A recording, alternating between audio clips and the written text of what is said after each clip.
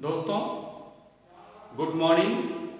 मैं डॉक्टर नरेंद्र कुमार चंदेल, सहायक आचार्य भूगोल, राजकीय महाविद्यालय टोंक।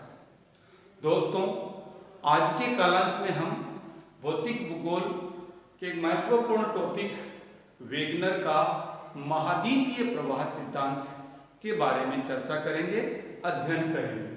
दोस्तों इस सिद्धांत को अंग्रेजी में continental drift theory of Wegener कहा जाता है, यानी अंग्रेजी नाम कॉन्टिनेंटल ड्रिफ्ट थ्योरी है।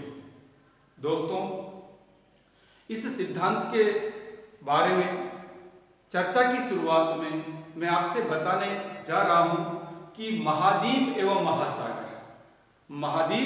एवं महासागर प्रथम श्रेणी के उच्चावच कहलाते हैं। दोस्तों आगे मैं आपसे चर्चा करूं महाद्वीपों एवं महासागरों की उत्पत्ति, विकास एवं विस्तार के बारे में समय समय पर अनेक विद्वानों द्वारा अपने मतों का प्रतिपादन किया गया। इसी क्रम में दोस्तों वेगनर महोदय द्वारा महाद्वीपीय प्रवाह सिद्धांत यानी कॉन्टिनेंटल ड्रिफ्ट थ्योरी का प्रतिपादन किया गया। दोस्तों महाद्वीपीय प्रवाह के बारे में वेगनर महोदय से पहले एफ.बी. टेलर महोदय द्वारा चर्चा की गई थी। एफ.बी. टेलर महोदय ने महाद्वीपीय विस्थापन परिकल्पना का प्रतिपादन सन 1908 में किया था, जिसका प्रकाशन 1910 में हुआ। दोस्तों टेलर महोदय के अनुसार या टेलर के मतानुसार स्थलीय भागों का क्षैतिज स्थानांतरण हुआ है, यानी ये मानते थे कि स्थलीय भागों का क्षैतिज स्थानांतरण हुआ तथा इनका मुख्य उद्देश्य टर्सरी युग के मोड़दार या वलित पर्वतों की उत्पत्ति को समझाना था। दोस्तों इसी क्रम में मैं आगे इस सिद्धांत के बारे में चर्चा करते हुए आपसे बताने जा रहा हूं कि प्रोफेसर अल्फ्रेड वेगनर महोदय ने सन 1912 में महाद्वीपीय प्रवाह सिद्धांत का प्रतिपादन किया, जिसकी विवेचना सन 1915 एवं 20 में हुई। दोस्तों प्रोफेसर अल्फ्रेड वेगनर महोदय जर्मनी के प्रमुख जलवायुवेत्ता एवं भूशास्त्रवेत्ता थे।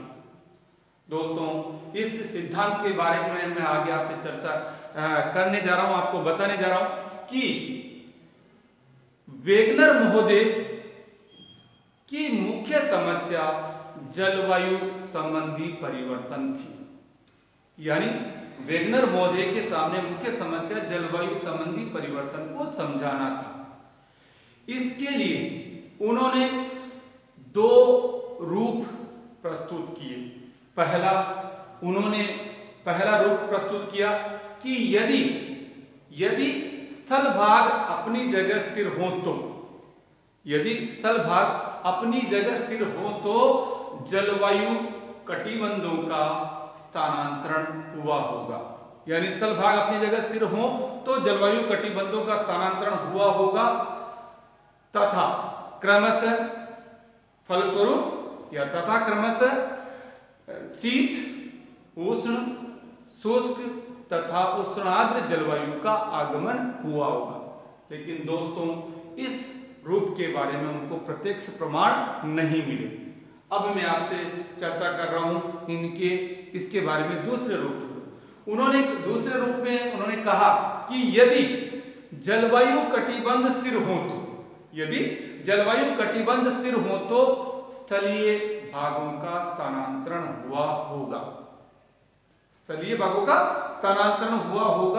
इसके बारे में उनको प्रत्यक्ष प्रमाण मिले। इसी आधार पर उन्होंने महाद्वीपीय प्रवाह सिद्धांत अथवा महाद्वीपीय विस्थापन सिद्धांत का प्रतिपादन किया। अतः वेगनर महोदय का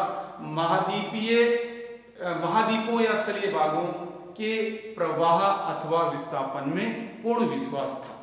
दोस्तों, अब तक जो मैंने चर्चा की है वो इस सिद्धांत के बारे में सामान्य परिचय के रूप में आपको बताया है। अब मैं वेगनर महोदय के सिद्धांत के प्रधान रूप या मुख्य रूप के बारे में आपसे चर्चा करने जा रहा हूं। यानी अभी तक मैंने इसका एक सामान्य परिचय या सामान्य इंट्रोडक्शन आपको बताया है। अब जो वेगनर महोदय का सिद्धांत था उसके प्रधान रूप के बारे में या मुख्य रूप के बारे में आपसे चर्चा करने जा रहा हूं। दोस्तों, वेगनर महोदय ने पूर्व जलवायु शास्त्र, पूर्व वनस्पति शास्त्र तथा भूशास्त्र एवं भूगर्भ शास्त्र के प्रमाणों के आधार पर यह बताया कि कार्बोनिफेरस युग में, प्रमाणों के आधार पर यह बताया कि कार्बोनिफेरस युग में समस्त स्थल भाग एक विशाल स्थल भाग के रूप में आपस में एक जगह संलग्न थे या जुड़े हुए थे, और उसी विशाल स्थल भाग को उन्होंने यानी वेगनर महोदय ने पेंजिया नाम दिया। दोस्तों, दोबारा इस बिंदु को रिपीट कर रहा हूं। कार्बोनिफेरस युग में समस्त स्थल भाग एक विशाल स्थल भाग के रूप में संलग्न थे, जिसको वेगनर महोदय ने पेंजिया कहा। दोस्तों, अगले बिंदु के रूप में मैं आपसे चर्चा करूं कि इस विशाल स्थल भाग पेंजिया के चारों ओर विशाल जलीय भाग था, जिसे वेगनर महोदय ने पेंथालासा नाम दिया। दोस्तों, इस सिद्धांत के बारे में अगले बिंदु के रूप में मैं आपसे चर्चा करने जा रहा हूं कि उन्होंने पेंजिया के उत्तरी भाग को लोरेंसिया कहा, जिसमें उन्होंने उत्तरी अमेरिका, यूरोप तथा एशिया को सम्मिलित किया, तथा दक्षिणी भाग को उन्होंने गोंडवाना लैंड कहा। पेंजिया के दक्षिणी भाग को उन्होंने गोंडवाना लैंड कहा, जिसमें दक्षिणी अमेरिका, अफ्रीका, मेडागास्कर, प्रायद्वीपीय भारत, अंटार्कटिका तथा ऑस्ट्रेलिया को सम्मिलित किया।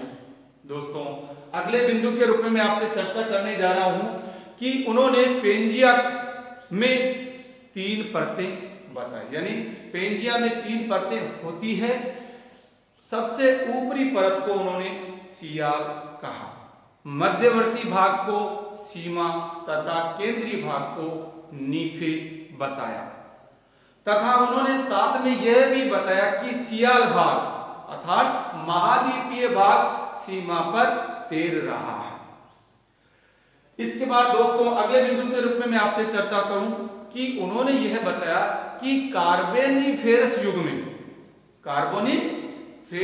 युग में दक्षिणी ध्रुव वर्तमान में अफ्रीका के डरबन या नेटाल के पास स्थित था। दोस्तों, इस बिंदु सिद्धांत के बारे में चर्चा करते हुए मैं आगे आपको बताना जा रहा हूं कि उन्होंने कहा, वेगनर महोदय ने बताया कि पेंजिया का विभाजन कार्बोनिफेरस युग में प्रारंभ होता है। यानी उन्होंने अपने सिद्धांत का क्रियान्वयन कार्बोनिफेरस युग से शुरू करते हैं। वो ये बताते हैं कि कार्बोनिफेरस युग में पेंजिया का विभाजन शुरू होता है, और विभाजन होने के बाद ये स्थल भाग अलग होकर, स्थल भाग यानी पेंजिया का विभाजन होकर विभिन्न स्थल भाग अलग हो जाते हैं, तथा महाद्वीप एवं महासागरों का वर्तमान स्वरूप बनता है। यानी जो हम आज महाद्वीप और महासागरों का वर्तमान स्वरूप देखते हैं, वो पेंजिया के विभाजन के कारण हुआ। दोस्तों, आपके सामने मैं दोनों डायग्राम के द्वारा ये बताने जा रहा हूं कि किस प्रकार पेंजिया का विभाजन होता। अंतिम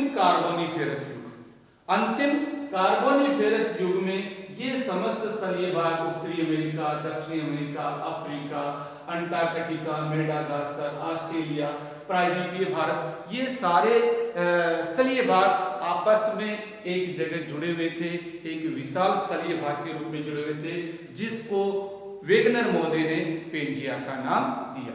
दोस्तों आगे चल के हम देखते हैं प्रारंभिक प्लीस्टोसीन युग में पेंजिया के विभाजन के फलस्वरूप महाद्वीप और महासागरों का वर्तमान स्वरूप हमें प्राप्त होता है।